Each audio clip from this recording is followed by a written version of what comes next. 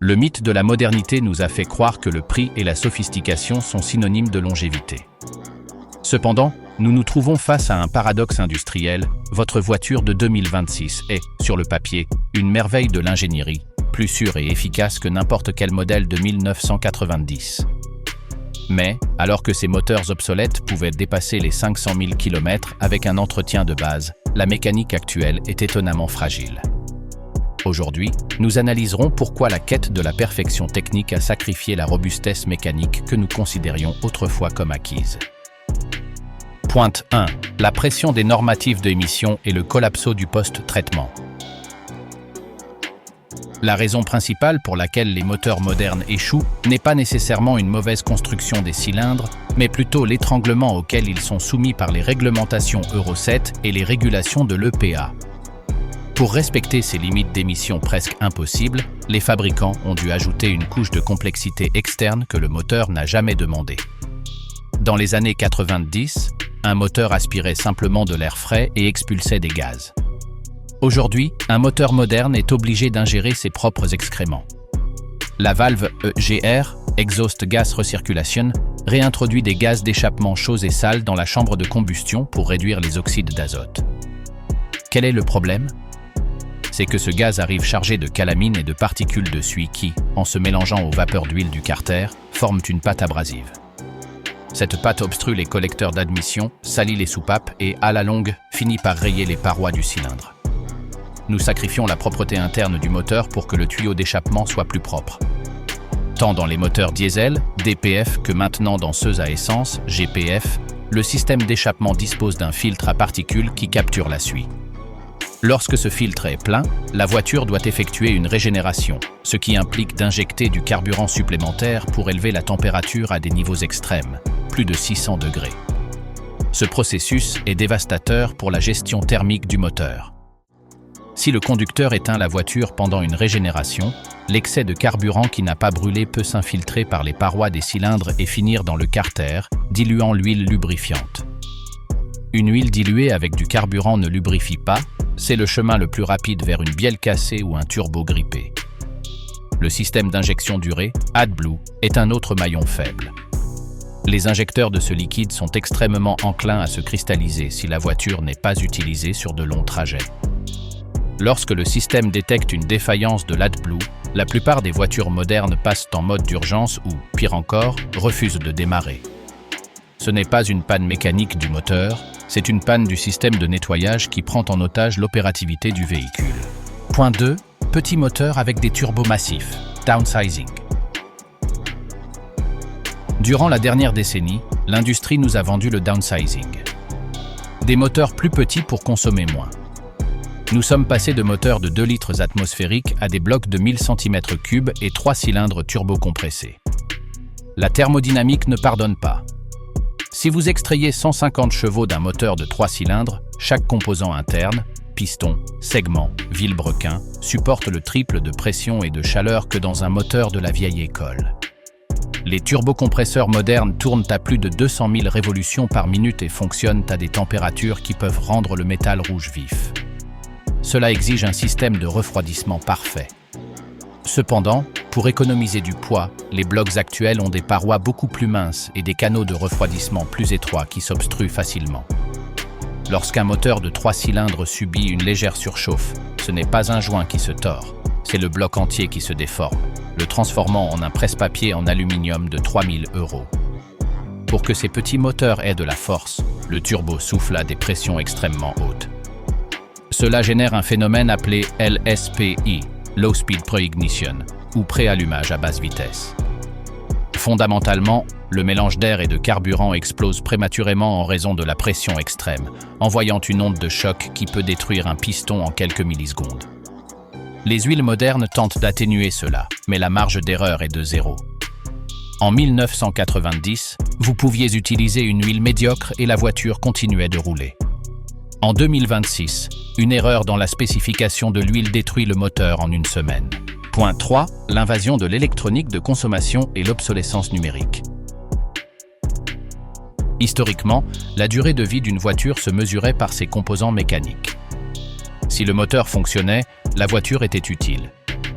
Aujourd'hui, une voiture peut être mécaniquement parfaite mais devenir totalement inutilisable parce que son cerveau électronique est mort. Les fabricants ont remplacé les boutons physiques par des écrans tactiles massifs. Le problème est que l'électronique de consommation a un cycle de vie de 5 à 7 ans, alors qu'une voiture devrait durer au moins 15 ou 20 ans. Ces écrans sont exposés à des variations thermiques brutales, de 10 degrés sous zéro en hiver à 60 degrés sous le soleil en été. Les composants des tablettes intégrées ne sont pas conçus pour ces conditions. Lorsque l'écran tombe en panne, vous perdez l'accès au climatiseur, au navigateur et à la configuration du véhicule. Réparer un écran intégré dans une Mercedes ou une Tesla peut coûter plus cher qu'une réparation complète de moteur sur une voiture ancienne. Une voiture moderne possède entre 60 et 100 capteurs. Beaucoup de ces capteurs sont critiques. Si le capteur de position du vilebrequin ou le capteur de pression de la rampe de carburant tombe en panne, la voiture s'arrête. Dans les voitures anciennes, les capteurs étaient analogiques et robustes. Aujourd'hui, ils sont numériques, minuscules et connectés par des réseaux de bus de données complexes. Un simple câble rongé par un rongeur ou un connecteur qui a pris un peu d'humidité peut envoyer un signal erroné qui perturbe l'unité de contrôle, ECU, provoquant le passage de la voiture en mode dégradé. Le diagnostic de ces pannes électriques est si coûteux et complexe que beaucoup de propriétaires décident de se débarrasser de la voiture avant de trouver le problème, transformant des véhicules fonctionnels en ferraille électronique. Enfin, nous avons le problème du logiciel. Les voitures actuelles dépendent des mises à jour du micrologiciel. Si le fabricant cesse de prendre en charge un module spécifique ou si une mise à jour sans fil, OTA, échoue, la voiture peut être briquée comme s'il s'agissait d'un téléphone mobile. Nous sommes passés d'une ère où le propriétaire avait le contrôle total à une ère où le fabricant peut décider, par le biais du logiciel, quand votre voiture n'est plus apte à circuler. Point 4. Logiciel défini par le matériel et le correctif des mises à jour OTA. Dans l'industrie automobile de 2026, nous sommes passés de construire une voiture à programmer un ordinateur avec des roues.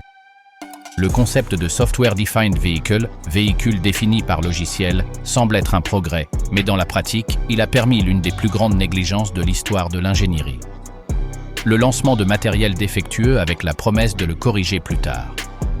Les mises à jour sans fil devraient servir à améliorer le système d'infodivertissement ou à ajouter des fonctions de confort. Cependant, les fabricants les utilisent pour corriger des erreurs critiques d'ingénierie mécanique et thermodynamique de manière superficielle. Si un moteur a une tendance à la surchauffe en raison d'une conception défectueuse de la culasse, au lieu de rappeler les unités et de redessiner la pièce, ce qui coûterait des milliards, la marque lance une mise à jour logicielle qui réduit la puissance du moteur ou augmente la vitesse du ventilateur. Le symptôme disparaît, mais la faiblesse structurelle demeure. Le client reçoit une notification sur son écran disant que sa voiture est désormais plus efficace, alors qu'en réalité son moteur a été castré pour ne pas exploser avant la fin de la garantie. Ce modèle d'affaires a importé la culture de la Silicon Valley, lancée maintenant, réparée plus tard, dans un produit où la sécurité est vitale. On vend des systèmes d'aide à la conduite, ADAS, qui ne sont qu'à moitié cuits. Lorsque le système échoue et que la voiture freine sans raison sur une autoroute, freinage fantôme, la réponse de la marque est un correctif de code. Nous confions notre vie à des lignes de code qui tentent de compenser les limitations de capteurs à bas prix ou de caméras qui deviennent aveugles avec la pluie. Point 5. La disparition des boutons physiques et le chaos du bus de données. L'élimination des boutons physiques n'était pas une décision esthétique ni d'ergonomie, c'était une décision de réduction des coûts déguisée en modernité. Il est beaucoup moins cher d'installer une plaque de cristaux liquides que de fabriquer 50 interrupteurs mécaniques avec leurs câbles et supports respectifs. Dans une voiture de 1990, allumer les phares était un processus analogique. Un interrupteur fermait un circuit et l'ampoule s'allumait. Aujourd'hui, lorsque vous touchez une icône sur un écran pour allumer la climatisation, cet ordre voyage à travers un protocole de communication appelé bus CAN. Le problème est que ces bus sont saturés. En ayant numérisé des fonctions de base, essuie-glace, feu, miroir, climatisation, le trafic de données internes est massif. Si le module de la porte arrière a un petit court-circuit, il peut générer un bruit électronique qui bloque le signal de la transmission ou du moteur. C'est la raison pour laquelle nous voyons des erreurs absurdes sur le tableau de bord, échec du système de collision alors que la voiture a simplement un capteur de stationnement sale. L'interconnectivité totale a créé un système où une défaillance triviale peut immobiliser le véhicule complet. En plus de la complexité technique, il y a le facteur humain. Obliger le conducteur à naviguer à travers 3 sous-menus sur un écran tactile pour désembuer le pare-brise est une erreur de sécurité. De plus, ces écrans génèrent une chaleur interne constante qui dégrade les processeurs qui les gèrent. Contrairement à un bouton physique qui fonctionne de la même manière pendant 30 ans, les écrans tactiles souffrent de lag, retard, à mesure que le logiciel devient plus lourd, jusqu'à ce que le matériel ne puisse plus suivre et que le système s'effondre. Point 6. Transmission CVT et double embrayage, DSG/DCT, contre robustesse. L'obsession pour l'efficacité du carburant et la douceur de conduite a tué les transmissions qui duraient réellement. Nous avons changé les engrenages planétaires robustes des boîtes automatiques à convertisseurs de couple pour des systèmes qui semblent conçus pour durer exactement le temps du contrat de leasing. Les transmissions à variateur continu, CVT, sont théoriquement parfaites. Elles peuvent maintenir le moteur à son point d'efficacité maximale à tout moment. Mais physiquement, elles sont un désastre pour la longévité. Elles dépendent d'une courroie métallique qui se déplace entre 2 poulies. Cette friction constante génère une chaleur immense et une dégradation du fluide qui, s'il n'est pas changé religieusement tous les 30 000 km, ce que les concessionnaires mentionnent rarement, finit par brûler la transmission. Dans un moteur moderne à couple élevé, une CVT est toujours à la limite de sa capacité physique. Il n'y a pas de connexion mécanique solide, il y a une dépendance totale à la pression hydraulique et à la friction. Lorsque la courroie patine une seule fois, la transmission est condamnée. Les boîtes à double embrayage, comme la célèbre DSG à 7 vitesses dans ses versions de base, promettaient des changements instantanés et des consommations de boîtes manuelles. Cependant, les versions à embrayage à sec sont un cauchemar dans le trafic urbain. Contrairement aux versions baignées dans l'huile, qui sont plus robustes mais plus chères à fabriquer, les embrayages à sec n'ont aucun moyen de dissiper la chaleur lorsque la voiture avance lentement dans un embouteillage. Le frottement constant cuit les composants électroniques de la mécatronique, le cerveau de la boîte. Il est courant de voir ces transmissions échouer avant les 80 000 km, avec des réparations qui dépassent souvent les $3 000. En 1990, les boîtes automatiques étaient conçues avec une marge de sécurité de 50% par rapport au couple moteur. Aujourd'hui, pour économiser du poids et des matériaux, les transmissions sont conçues avec une marge d'à peine 5% ou 10%. Cela signifie que n'importe quelle utilisation légèrement exigeante, monter une pente raide, remorquer quelque chose de petit ou simplement conduire de manière sportive, pousse le système au bord de la défaillance structurelle. Nous avons sacrifié la tranquillité du propriétaire à long terme pour un gain de 0,0 litre de carburant aux 100 km. Point 7. Des plastiques là où il devrait y avoir du métal. L'ingénierie automobile a subi une transformation radicale au cours des 3 dernières décennies. Ce qui était auparavant conçu selon un critère de durabilité maximale et de résistance mécanique est aujourd'hui régi par un schéma d'optimisation des coûts et de réduction de poids. L'exemple le plus flagrant de cette dégradation délibérée est l'invasion du plastique dans des zones critiques du moteur, spécifiquement dans le système de refroidissement. Il y a 40 ans, le moteur d'un véhicule moyen comportait des composants en fonte de fer, en aluminium ou en cuivre pour gérer le flux de liquide de refroidissement. Les boîtiers de thermostat étaient métalliques, les pompes à eau avaient des turbines en acier et les connexions des radiateurs étaient faites de matériaux capables de supporter des centaines de milliers de cycles thermiques sans se déformer. Sur le marché actuel, la réalité est radicalement différente. Les ingénieurs ont remplacé ces métaux par des polymères techniques, principalement des polyamides renforcés de fibres de verre. Bien que ces matériaux aient progressé de manière significative dans leurs propriétés chimiques, ils restent intrinsèquement inférieurs au métal lorsqu'ils sont exposés aux conditions extrêmes d'un moteur à combustion moderne. Le problème n'est pas le plastique en soi, mais l'environnement où il se trouve. Un système de refroidissement est soumis à des variations constantes allant de 10 degrés sous zéro par un matin d'hiver à 110 degrés Celsius de température opérationnelle sous charge. À cela s'ajoute la pression interne du système, qui oscille généralement entre 1,2 et 1,5 bar. La raison pour laquelle les fabricants insistent sur l'utilisation du plastique est double. D'une part, il y a l'économie de coût. Fabriquer une pièce en plastique par injection coûte une fraction de ce que coûte la fusion et l'usinage d'une pièce en aluminium. D'autre part, il y a la pression du poids. Chaque gramme compte pour respecter les normes d'émission et remplacer le métal par du plastique permet d'économiser plusieurs kilogrammes sur l'ensemble total du véhicule. Cependant, pour le propriétaire, cette décision est une bombe à retardement. Le plastique, contrairement au métal, subit un processus de dégradation chimique appelé cristallisation. Avec le temps et le châtiment constant de la chaleur, les plastifiants qui maintiennent le matériau flexible s'évaporent, tout se dégrade. Le résultat est un composant qui semble solide à l'extérieur mais qui, à l'intérieur, est aussi fragile que du verre. Point 8. La chaîne d'approvisionnement mondialisée.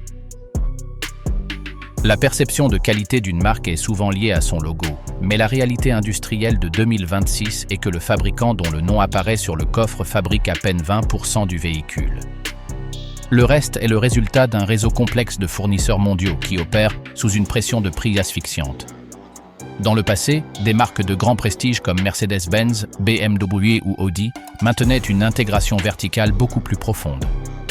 Les composants critiques étaient fabriqués en interne ou sous la supervision directe d'ingénieurs de la maison même qui passèrent des décennies à travailler avec les mêmes fournisseurs locaux.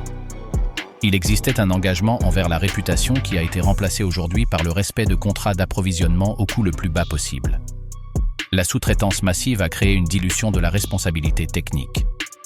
Lorsqu'une marque premium a besoin d'un nouveau système d'injection ou d'un module de contrôle électronique pour son prochain modèle, elle lance un appel d'offres au niveau mondial. Les grands fournisseurs de premier niveau rivalisent férocement pour ces contrats. Pour gagner, ils doivent ajuster leurs marges au maximum, ce qui les oblige à leur tour à sous-traiter des composants mineurs à des fournisseurs de deuxième ou troisième niveau dans des pays ayant des réglementations de qualité moins strictes. Cet effet domino fait qu'une voiture de 80 000 € finit par utiliser des capteurs, des joints ou des câblages fabriqués avec des standards qui ne correspondent pas à la catégorie du véhicule. Le problème fondamental de cette chaîne d'approvisionnement mondialisée est que les contrôles de qualité sont devenus statistiques et bureaucratiques au lieu d'être mécaniques et exhaustifs. Les fabricants se contentent de certificats de conformité aux normes internationales, mais ne réalisent pas toujours des tests de fatigue à long terme dans des conditions réelles pour chaque lot de composants qui arrive sur la ligne de montage. Cela explique pourquoi nous voyons un nombre sans précédent de rappels chez des marques qui étaient historiquement des exemples de fiabilité. Il n'est plus étrange de voir une campagne de sécurité affectant 1 million de véhicules parce qu'un fournisseur de troisième niveau a changé la composition chimique d'une soudure dans un module de freinage pour économiser 1 centime par unité. Point 9. Huile de viscosité ultra basse. La guerre contre les émissions de dioxyde de carbone a mené les fabricants de moteurs dans une impasse où la protection du moteur est secondaire face à l'efficacité énergétique immédiate. L'introduction d'huile de viscosité ultra basse, comme les grades 0,20, 0,16 et même le récent 0,8, est l'une des décisions les plus polémiques de l'ingénierie moderne. L'huile a une mission sacrée dans le moteur, éviter le contact entre métaux par la création d'un film hydrodynamique. Cependant, pour réduire la résistance interne du moteur et améliorer la consommation de carburant de 1 ou 2%, les ingénieurs ont réduit la viscosité du lubrifiant jusqu'à des niveaux qui étaient auparavant considérés comme dangereux. L'utilisation d'une huile aussi fluide que la 0,24 ou similaire présente un avantage clair lors des tests d'homologation de consommation. En étant un liquide moins dense, le moteur rencontre moins de résistance en tournant, ce qui se traduit par une quantité moindre de carburant nécessaire pour vaincre la friction interne. Néanmoins, cet avantage vient avec un coût caché sur la longévité mécanique. Le film d'huile qui protège les coussinets du vilebrequin, les cames et les parois du cylindre est extrêmement mince. Dans des conditions de fonctionnement idéales et sous de faibles charges, ce film est suffisant. Mais les moteurs ne fonctionnent pas toujours dans des conditions idéales. La chaleur extrême, les accélérations brusques avec le moteur froid ou l'utilisation prolongée sur autoroute à haute vitesse mettent à l'épreuve l'intégrité de cette couche microscopique de lubrifiant. Lorsque la température de l'huile monte au-dessus de 110 degrés, une huile de basse viscosité devient encore plus liquide, perdant une grande partie de sa capacité de charge. À ce point, le risque de contact métal contre métal augmente de façon exponentielle. Les fabricants soutiennent qu'ils ont compensé ce manque de viscosité par l'utilisation d'additifs chimiques avancés et un usinage des pièces beaucoup plus précis, avec des tolérances d'à peine quelques microns. Mais la réalité dans les ateliers raconte une histoire différente. Nous voyons des moteurs avec à peine 100 000 km qui présentent déjà une usure prématurée au niveau des segments des pistons et une perte de compression qui ne se voyait pas auparavant avant d'avoir dépassé les 300 000 km. Point 10. Structure de collision jetable. L'ingénierie de sécurité a progressé de manière impressionnante au cours des dernières décennies, mais ce progrès a apporté avec lui une conséquence économique dévastatrice pour le propriétaire moyen. Le véhicule jetable. Autrefois, les voitures étaient construites sur des châssis en acier avec des longerons et des traverses qui permettaient des réparations structurelles relativement simples. Un impact à basse vitesse pouvait endommager la tôle extérieure et peut-être tordre légèrement une extrémité de châssis qu'un carrossier expert pouvait redresser sur un banc de redressage. Aujourd'hui, cette possibilité a presque totalement disparu au profit de structures en matériaux mixtes et de pièces de fonderie en aluminium de grande taille. L'utilisation d'aluminium dans les cadres de collision et dans les tours de suspension répond au besoin de réduire le poids pour respecter les réglementations environnementales, mais son comportement physique lors d'un impact est radicalement différent de celui de l'acier. Alors que l'acier est ductile et peut reprendre sa forme originale en conservant une grande partie de son intégrité structurelle, l'aluminium est cassant. Lorsqu'une structure en aluminium se déforme, des microfissures se produisent la plupart du temps, ce qui invalide complètement la pièce. Les fabricants interdisent explicitement le redressage ou la réparation thermique de ces composants. Si une tour de suspension d'un véhicule moderne reçoit un coup qui la déplace d'à peine quelques millimètres, la seule solution technique approuvée est le remplacement total de la section structurelle. Cela nous amène au concept de perte totale par conception. Les assureurs déclarent en sinistre total des véhicules ayant à peine 2 ou 3 ans d'ancienneté qui ont subi des chocs en ville à moins de 30 km/h. La raison est purement financière. Le coût du remplacement d'un module structurel complet, qui est souvent collé et rifté avec des adhésifs aérospatiaux, dépasse 50 ou 60% de la valeur commerciale de la voiture. Point 11. Le manque d'entretien préventif. L'un des outils de marketing les plus puissants des concessionnaires actuels est la promesse d'un entretien minimal. Sous le slogan du confort pour le client, les marques ont étendu les intervalles de vidange d'huile et de remplacement des filtres jusqu'à des chiffres absurdes, comme 30 000 km ou même tous les 2 ans. Pour un consommateur qui n'a pas de connaissances en mécanique, cela semble être un avantage économique et de temps. Cependant, pour quiconque comprend la dégradation chimique des fluides, c'est une stratégie d'obsolescence programmée déguisée. Aucune huile moteur, aussi synthétique et avancée soit-elle, ne conserve ses propriétés optimales de lubrification et de détergence après 20 000 km d'utilisation réelle, surtout lors de courts trajets urbains. Le problème s'aggrave avec les moteurs turbo-compressés modernes de petite cylindrée. Ces moteurs fonctionnent à des températures beaucoup plus hautes et génèrent une plus grande quantité de résidus de combustion qui finissent par contaminer l'huile. Lorsque le lubrifiant circule pendant 30 000 km, il commence à s'épaissir et à former des bouts qui obstruent les conduits étroits de lubrification des turbocompresseurs et les actionneurs de la distribution variable. Il est très courant de voir des défaillances catastrophiques de moteurs avec seulement 70 ou 80 000 km dont l'historique d'entretien est parfait selon les standards du fabricant, mais qui sont intérieurement remplis de dépôts de carbone. Point 12. Le modèle d'abonnement. Pourquoi la voiture du futur est conçue pour être louée et rendue, non pour être héritée. Le concept de propriété de l'automobile subit une attaque frontale de la part de l'industrie. Les fabricants se sont rendus compte qu'un client qui achète une voiture et l'entretient pendant 15 ans est une mauvaise affaire. Le nouveau paradigme est la voiture comme service. À travers des produits financiers comme le renting ou le leasing pour les particuliers, les marques poussent le consommateur vers un modèle où l'on ne finit jamais de payer pour le véhicule. La conception des voitures actuelles renforce cette tendance. La complexité électronique, l'impossibilité de réparation hors du réseau officiel et la dégradation délibérée des matériaux internes font que conserver une voiture au-delà de 5 ou 6 ans est une décision financièrement irrationnelle. Malgré ce panorama sombre, il existe encore des îlots de résistance dans l'industrie automobile. Pour identifier un véhicule qui a réellement été construit pour durer, nous devons regarder au-delà des écrans brillants et des chiffres de consommation homologués. Les voitures les plus fiables sont souvent celles qui utilisent des technologies éprouvées au lieu d'expériences de dernière minute. Des moteurs avec des cylindrées logiques qui ne dépendent pas de minuscules turbos pour se déplacer, des transmissions automatiques à convertisseurs de couple au lieu de systèmes complexes à double embrayage à sec, et des marques qui maintiennent encore une intégration verticale importante dans leur fabrication, sont les indicateurs clés d'un investissement intelligent.